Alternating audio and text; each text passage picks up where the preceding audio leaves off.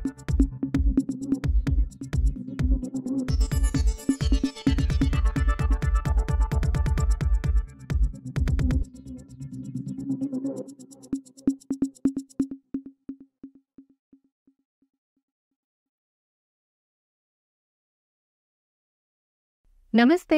Welcome to the show. मैं doctor Vandana.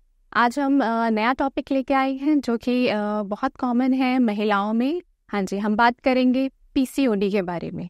PCOD and PCOS जो कि बहुत कॉमन है महिलाओं में, और खासकर ये हमें रिप्रोडक्टिव एज में पता चलता है। So what is this? Yes, PCOD is a polycystic ovary disease that is very common hormonal problem that is seen in the reproductive age. तो इस रोग की पहचान करेंगे हम। मैं आपको इसके मेन फीचर्स, मेन लक्षण ये सब बताऊंगी, जिससे कि आप इजीली इसे पता लगा सके और सही टाइम पे आप डॉक्टर से जांच करवा सके, जिससे कि आपका जो लाइफस्टाइल है वो आप मॉडिफाई करके इसको बेटर कर सकते हैं। सो अब आप सोच रहे होंगे पीसीओडी आखिरकार होता कैसे है। तो चलिए इसे हम और अधिक विस्तार में समझें। यस, पीसीओडी जब आपके ओवरीज में काफ़ी ज़्यादा सिस्ट बन जाते हैं, that is more than 5 to 10, जब इससे ज़्यादा सिस्ट फॉर्म हो जाते हैं तो ये कंडीशन होती है। सो ये बहुत ही कॉमन है और कई बार हम इसे नेग्लेक्ट करते हैं, बट इसे नेग्लेक्ट नहीं करना है। आपने टाइम पे जैसे ही इसके लक्षण आते हैं आपने इसकी जांच करवानी है। तो अब हम डिस्कस करेंगे इसके मेन सिम्टम्स। हाँ जी, जो कि सबसे पहला सिम्टम है इर्रेगुलर मेंस्ट्रुएशन। यस, डिले और प्रोलॉन्ग्ड मेंस्ट्रुअल साइकिल। ये एक पहला लक्षण है जो कि हम नेग्लेक्ट करते हैं, बट वी शुड नॉट। बाकी और फीचर्स होते हैं जैसे कि अधिक बाल होना पेट, पीठ पर और अधिक बाल होते हैं जो कि बहुत कॉमन हो रहे हैं। वजन बढ़ना, हाँ जी, एकदम से अचानक से ज़्यादा वजन बढ़ना और वज़न घटाने में कठिनाई होना। तो ये बहुत ही कॉमन होता है, क्योंकि आप डाइटिंग तो बहुत करते हैं, आपने अपना डाइट भी चेंज किया, एक्सरसाइज भी कर रहे हैं, बट फिर भी वेट नहीं लूज़ हो रहा है, तो आप जांच करवा सकते हैं। अधिक त्वचा समस्या होना, जो कि जैसे कि आपके एक्ने हो गए या फिर ऑयली स्किन, सो ये भी बहुत कॉमन है। अधिक थकान होना, पूरे दिन टायर्डनेस होना, पूरे दिन इवन आप काम भी करते रहेंगे तो भी आपको काफ़ी टायर्डनेस लगेगी। तो ये सब काफ़ी कॉमन फीचर्स हैं आपके हार्मोनल चेंजेस की वजह से। तो आप अपने लक्षण को देख सकते हैं कि 1 से ज़्यादा या 2 से ज़्यादा लक्षण है, तो आप इसे अपने डॉक्टर से डिस्कस कर सकते हैं। और भी इसमें फीचर्स होते हैं जैसे कि फीलिंग ऑफ वॉमिटिंग या नॉजियाटिक फील होना कई बार दिन में। बाकी कई बार हार्ट बर्न होता है बेसिकली आपके खाने के बाद, तो ये भी एक इसका सिम्टम है। Feeling very irritable, yes, irritation होती है, और अगर आपकी इरिटेशन लॉन्ग टर्म रहती है तो कई बार ये डिप्रेशन तक जाता है। तो इसीलिए हम इसे नेग्लेक्ट नहीं करना चाहिए हमें, जिससे कि हम सही टाइम पे इसका इलाज करा लें। Now the key to the healthy life is right information. तो अगर आपको राइट इन्फॉर्मेशन होगी तो डेफिनेटली आप टाइम पे इसका जांच करवाएंगे तो आप ठीक हो सकते हैं, और इसकी वजह से बाकी चीज़ों पे जो फ़र्क पड़ता है, बाकी सिस्टम पे जो फ़र्क पड़ता है वो ठीक हो सकता है। सो आप इसके लिए क्या है, ये तो मैंने आपको फीचर्स बताए, बट इस फीचर के साथ साथ क्या है, आप सही डायग्नोसिस कर सकते हैं। लाइक अगर आप डॉक्टर के पास जाएंगे तो वो आपको कुछ जांचें लिखेंगे, जैसे कि अल्ट्रासाउंड है, ब्लड टेस्ट है, या फिर शारीरिक परीक्षण। तो ये तीनों ही चीज़ बहुत ही इंपॉर्टेंट हैं, जिसकी सहायता से हम ये कंफर्म कर सकते हैं। सो अल्ट्रासाउंड में डॉक्टर आपकी ओवरीज एंड ऑल ये सब चेक करेंगे, तो आपका प्रेजेंट स्टेटस एंड सिस्ट ये सब आपका पता चलेगा। रक्त परीक्षण में आपका जो भी है ब्लड टेस्ट, तो उससे क्या है आपको करेक्ट पता चलेगी। The amount of hormones related to the egg release वो पता चलेगा। और फिजिकल एग्जामिनेशन, इसमें क्या है, various parts of body like skin, hair etcetera are all examined. So now comes the treatment. Yes, treatment of polycystic ovarian disease. So इसका treatment है, पहला तो hormone therapy, next is medicine, then lifestyle changes, yes, hormone therapy में क्या करते हैं हम, this balances the amount of hormone that is produced in the body. Medicine में again imbalances can be corrected with a variety of medicines. Now, lifestyle changes. Yes, lifestyle changes is very important. That is very हम इसका थोड़ा elaborate करके अभी discuss करेंगे because इसी से आप अपनी डिजीज को कंट्रोल कर सकते हैं. सो PCOD can be control by eating right and exercising. बिना डाइट किए, बिना करेक्ट अमाउंट ऑफ कैलोरीज लिए, बिना बैलेंस डाइट किए एंड बिना एक्सरसाइज करे आप इस डिजीज़ को नहीं कंट्रोल कर सकते, और जो भी आपका सुधार है वो भी नहीं होता है अगर आप अपने खान पान पे नहीं कंट्रोल कर सकते या उसको नहीं चेंज कर सकते, या exercise, workout, yes, that is very important. So now I will be discussing with you the PCOD workout, why it is important. As I told you कि बैलेंसिंग योर हॉर्मोन्स. अब हार्मोन बैलेंस आप medicine तो ले रहे हैं, but how long you will take the medicine. तो इसीलिए exercising बहुत इंपॉर्टेंट है. So exercise can assist to balance your hormone by increasing the endomorphins. Yes, पहले भी मैंने इस एंडोमॉर्फिन्स के बारे में आप सबको बताया है. दैट इज़ वेरी इंपॉर्टेंट, जो कि डिक्रीज करता है आपके एस्ट्रोजेंस एंड इंसुलिन, क्योंकि ये जो आपका PCOS है that is a metabolism disorder. तो आपका जो हार्मोनल मेटाबॉलिज्म है उसको डिस्टर्ब कर रहा है. तो इसीलिए अगर आपके अच्छे हार्मोन्स दैट इज एंडोमॉर्फिन्स वो रिलीज होंगी एक्सरसाइज करने से, तो इस पे भी इफेक्ट आएगा. Now improving your mood. Yes, due to hormone imbalances and PCOS symptoms, people with PCOS may be having susceptible to the depression. तो हम उसको भी ठीक कर सकते हैं रेगुलर एक्सरसाइज करके. Now adding weight loss. So when you have PCOS और PCOD, सो आप लूज कर आपका जो वेट है उसको लूज करने के लिए आप बहुत कोशिश करते हैं डेफिनेटली, बट कई बार क्या होता है इतनी कोशिश के बाद भी वेट नहीं लूज हो रहा होता है. सो आप क्या कर सकते हैं, certain different types of exercises हैं, वो मैं आपको बताऊंगी, वो आप अपने डेली लाइफस्टाइल में कर सकते हैं. So next is improving your sleep quality. Yes, exercise करने से आपकी जो स्लीप है वो भी काफ़ी बेटर हो जाती है, because definitely exercise promotes the restful sleep, so that is also very important.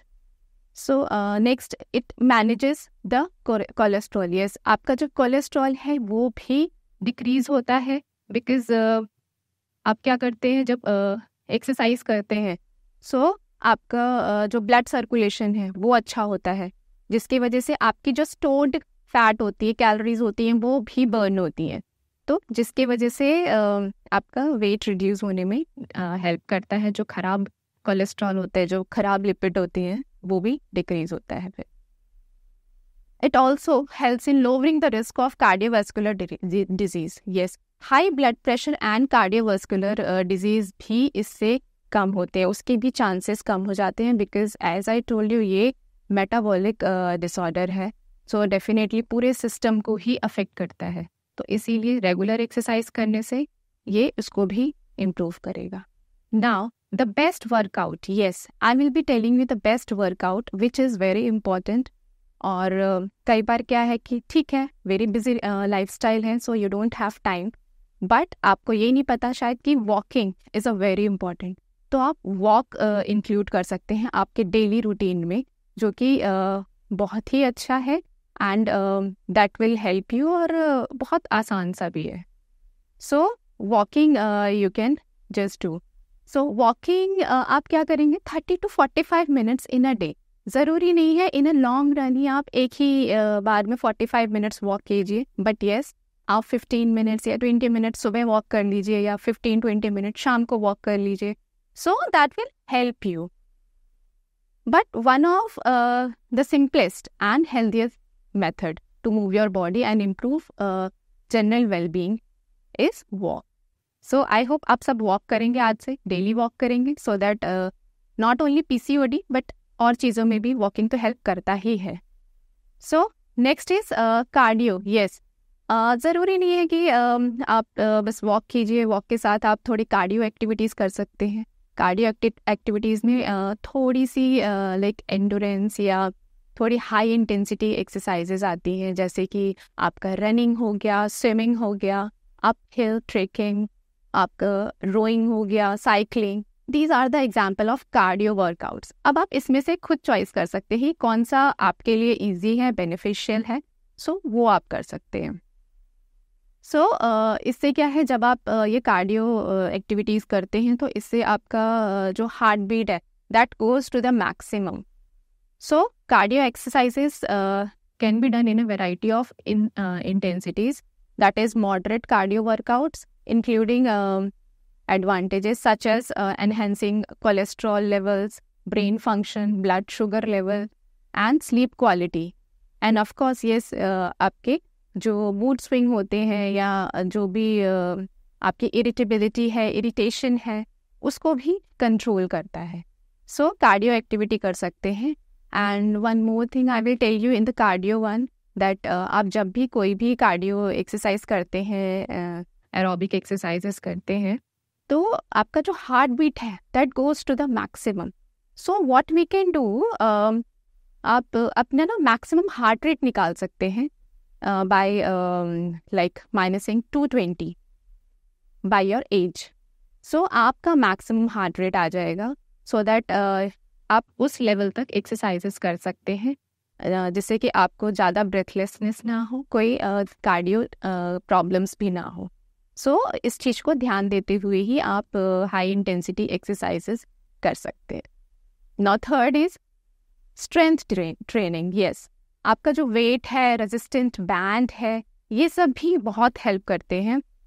और even sometimes what you can do, आप अपना बॉडी वेट भी यूज़ कर सकते हैं. That is very frequent used in strength training exercises. So which concentrates mainly on developing your muscle. Yes, आप जो भी strength training करते हैं उसमें आपकी muscle develop होती है, and there are different levels of intensity for strength training as well as advantage and disadvantages also. So keeping in mind, you will be doing the strength exercises because see, if we compare overall, सो जो हमारी strength training होती है, this is more like, इससे आपको ज़्यादा फ़ायदा होता है और that is very easy also. And अगर आपको वेट लूज़ करना है तो उसके लिए भी ये बहुत अच्छा है, बिकॉज जो भी आप वर्कआउट करते हो, इनफैक्ट जो आपका रेजिस्टेड होता है उसमें आपकी मसल वर्क करती हैं, तो जो आपकी स्टोर्ड एनर्जी होती है, जो आपके स्टोर्ड फैट होते हैं, वो यूटिलाइज होते हैं. तो अगर आपका फैट बर्न होगा, जो कैलोरीज ऑलरेडी स्टोर है एज अ फ्यूल, अगर वो बर्न होती है तो उससे क्या है, आपका वेट भी रिड्यूस होगा.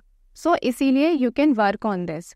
So very lots of advantages of moderate strength exercises include, जो कि इम्प्रूव करता है आपका ब्लड प्रेशर, इवन ये आपका जो मेटाबॉलिक फंक्शन है उसको भी सपोर्ट करता है और आपके बोन्स को भी स्ट्रॉन्ग करता है. Now yoga, yes.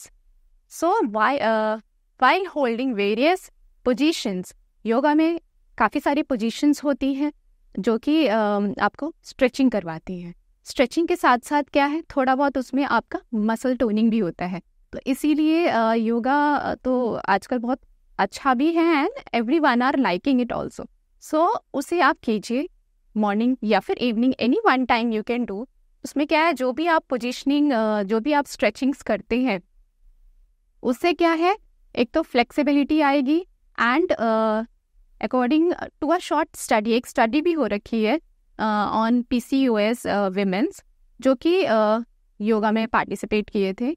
Like for an hour 3 times a week saw significant drop of their cycle of free testosterone and DHEA, as well as improvements in their level of anxiety, sadness and menstrual cycle management also. So ये study भी हुई है जिसमें बहुत फ़ायदा हुआ है. तो आप योगा क्या है, एटलीस्ट 3 times a week कर सकते हैं for an hour. So like this you can manage your routine and आप 1 घंटा एक्सरसाइज के लिए निकालिए. Now core strength. Yes, using the body weight, resistant band or weight during the strength training definitely helps to gain muscle, but resistance training was found to be more successful, as I already explained you, क्योंकि ये बहुत ही इसमें calories भी burn होती है. In fact अगर आप high interval intensity exercises करते हैं, that is like jogging and pushups, curls and all, जिसमें क्या है, there are repeated movement and in that what you do, आप बीच में रेस्ट भी करते हैं for a minute. So high intensity interval training भी स्टडीज ये कहती है कि ये भी काफ़ी यूज़फुल है, और जो ज़्यादा ही ओबीज वुमेन्स हैं उनके लिए खासकर ये है, बिकॉज इसमें और ज़्यादा weight reduction and calories burn होती है.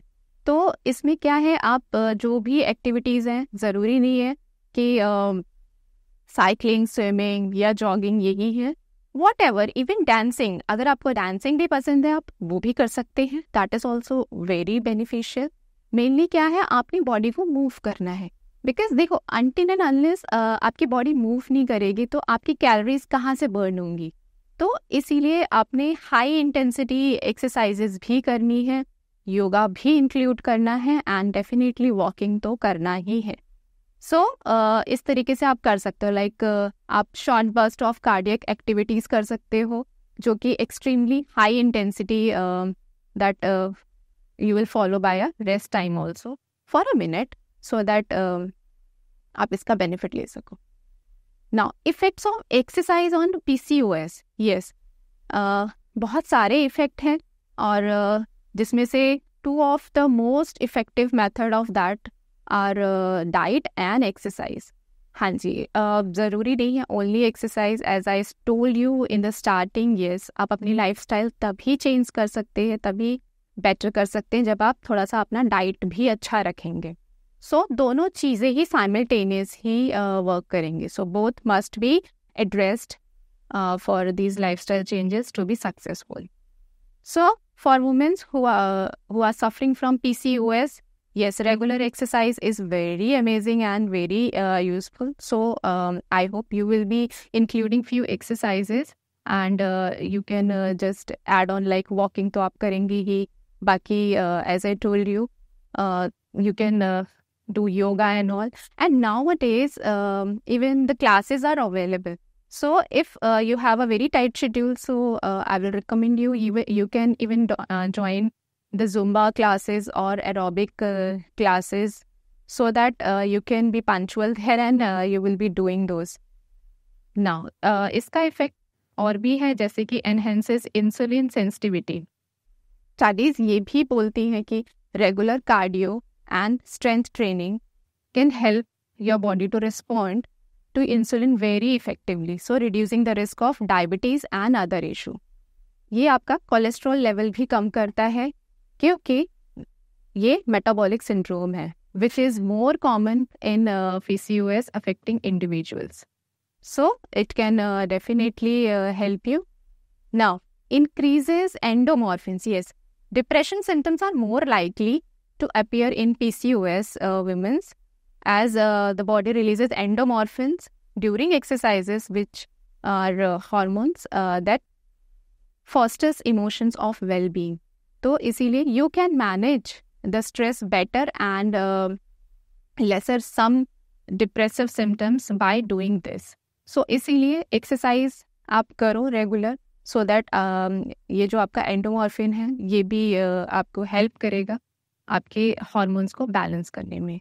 Yes, now better sleep. Yes, if there will be a better sleep, so definitely आपका जो पूरा बॉडी संतुलन है वो बहुत बेटर हो जाएगा, मेटाबॉलिज्म काफ़ी अच्छा होगा, और अगर प्रॉपर स्लीप होगी तो डेफिनेटली जो आपके हॉर्मोन्स है, because you are taking medication also, and there is a hormone therapy also going on.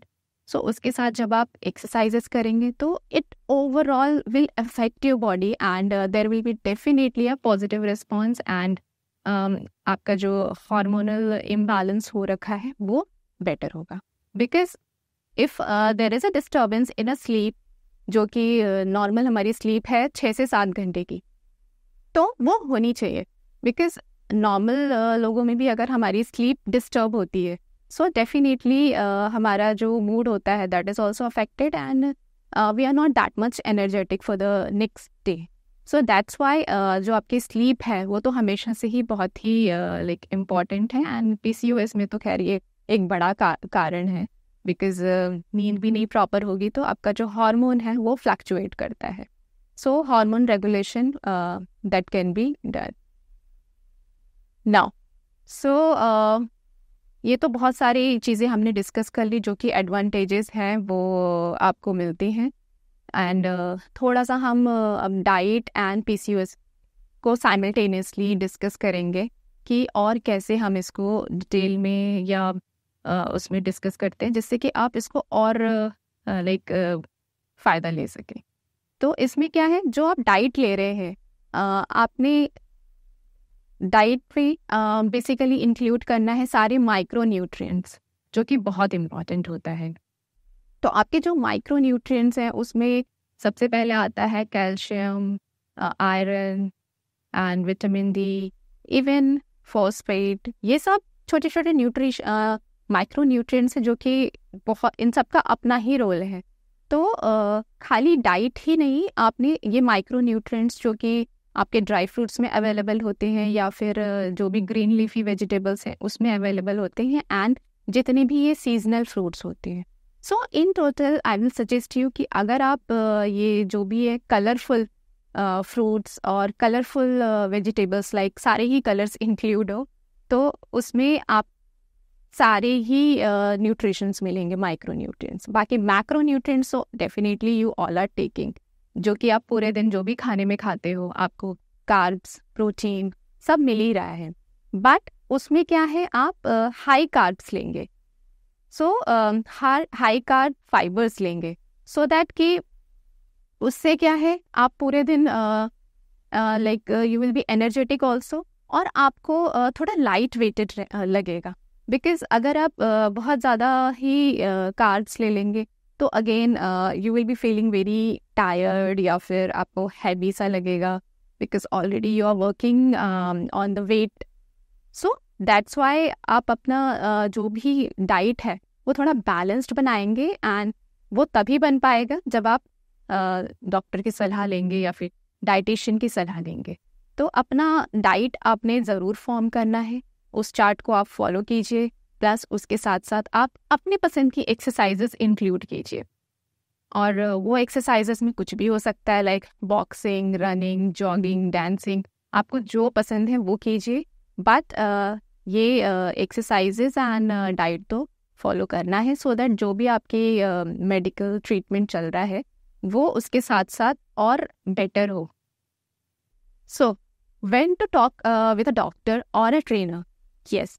सो आपने कब डॉक्टर से मिलना है, and why you need to meet. See what happens, हमें इंफॉर्मेशन तो आसपास से भी मिल जाती है, इवन गूगल से भी मिल जाती है, बट क्या होता है that is not a proper treatment. अगर हमें प्रॉपर ट्रीटमेंट चाहिए तो डेफिनेटली हमें डॉक्टर की सलाह लेनी है, सो दैट कि हम पूरी तरीके से ठीक हो सकें। बिकॉज वुमेन्स हेल्थ जो है बहुत ही इम्पॉर्टेंट है, बिकॉज अगर वुमेन्स ठीक रहेंगी so definitely they will be taking care of the family. तो इसीलिए आपने डॉक्टर की सलाह ज़रूर लेनी है, और उसमें भी you have to make sure that you go to a right doctor, जो कि राइट डॉक्टर के पास जाएंगे तो definitely there will be a good treatment, and जो भी आपके टेस्ट हैं, जो मेडिकेशंस हैं, उसे आप प्रॉपर तरीके से लीजिए, and this will take a time. ऐसा नहीं है कि आपने दवाई लिया और बिल्कुल ठीक हो गए, no, this things take a time. So आपने क्या है कि थोड़ा सा पेशेंस रखना है और डॉक्टर पर ट्रस्ट करना है, and you should carry on the treatment. So it could be a good idea to speak with a personal trainer also if you haven't exercised in a while, or you don't have a strong foundation of exercise.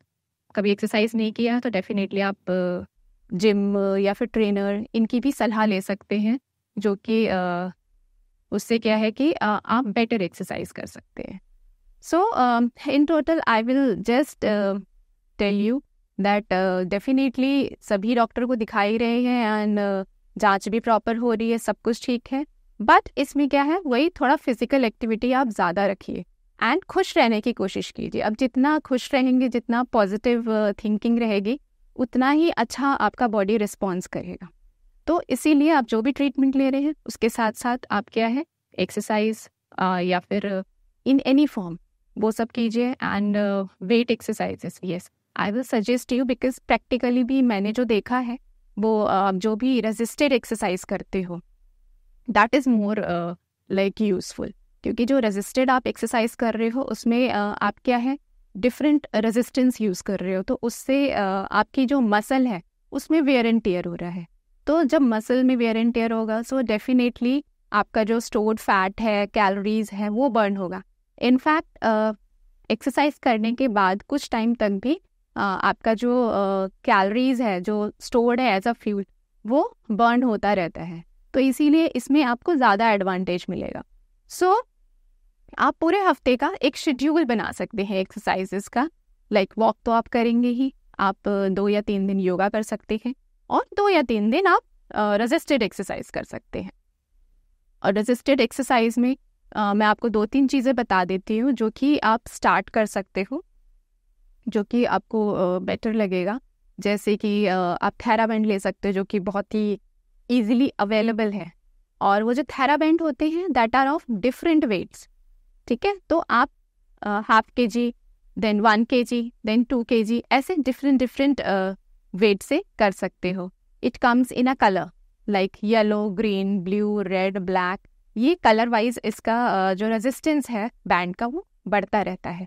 तो आप अगर शुरू में strengthening exercise या resisted exercise करना चाहते हो तो आप बैंड से शुरू कर सकते हो, ना कि डंबल उठा के। कई बार डंबल उठा के थोड़ा सा स्टेरनेस लगता है, तो इसीलिए आप थेराबैंड्स यूज़ कर सकते हो, जो कि बहुत ही ईजिली अवेलेबल है। And with that you will be definitely following the diet, yes, proper diet. So अगर आप ये सारी चीज़ें एक साथ फॉलो करेंगे so you can see the difference within 2 to 3 months। 2 से 3 महीने में ही काफ़ी हद तक आप डिफरेंसेस देख सकते हो और आपका इवन जो वेट है वो भी कंट्रोल होगा। नाउ अब आप एक्सरसाइज तो कर रहे हैं, आपने 2-3 महीने भी किया कंटिन्यूस, बट उसके बाद सडनली किसी भी रीज़न से आप कई बार एक्सरसाइज बंद कर देते हो और क्या होता है, फिर से वेट गेन होने लगता है। सो ये नहीं करना है। उसके लिए क्या है कि आपने जो चीज़ें, जो रूटीन बनाया है, जो स्टार्ट किया है, उसे आप कंटिन्यू कीजिए। ठीक है, अगर 15 days 20 days नहीं किया, नो डाउट कोई दिक्कत नहीं होगी, but again after that you can start it so that it should be in a long run it will benefit your body। तो आप जब रेगुलर एक्सरसाइज करोगे तो आपको खुद ही हैबिट हो जाएगी, because you can see the miracle of exercises. तो इसीलिए आई विश कि आप कल ही से वॉक करना शुरू कीजिए एंड डेली खुद भी कीजिए। एंड इवन वॉकिंग तो आप लाइक पूरी फैमिली भी कर सकते हैं। तो इसीलिए you should focus on the exercises, walking. And अगर हाँ बेसिकली अगर किसी को आर्थराइटिस प्रॉब्लम है या फिर कोई और जॉइंट प्रॉब्लम है, तो अगर वॉक नहीं करना चाहते हैं तो आप साइकिलिंग कर सकते हैं। ये साइकिलिंग में भी उतनी ही बेनिफिट्स हैं। उसमें क्या है, आप साइकिल पे बस बैठ के, और even you can simply have a paddle, तो आप उस पैडल को रन कर सकते हो like clockwise, anti clockwise, so that will also benefit you. तो ये सब चीज़ें आप अपनी लाइफस्टाइल में इंक्लूड कीजिए और इसमें आप आउटिंग भी इंक्लूड कर सकते हो। समटाइम्स यू कैन इवन अगर आप स्विम नहीं कर सकते तो आप पूल में ओनली वॉक कर लीजिए। अगर आप सिर्फ वॉक करोगे तो आपको वो जो रेजिस्टेंस मिलेगा उसमें वो भी बेनिफिट करेगा। सो ज़रूरी नहीं है कि आपको स्विमिंग ही करना है, आप सिंपली पूल में वॉक करके आ सकते हो, तो उससे भी आपकी कैलोरीज बर्न होंगी, बिकॉज वाटर में you will definitely get a buoyance force, so उससे आपको रेजिस्टेंस मिलेगा। तो ये सब आप इंक्लूड कर सकते हो और हेल्दी रह सकते हो।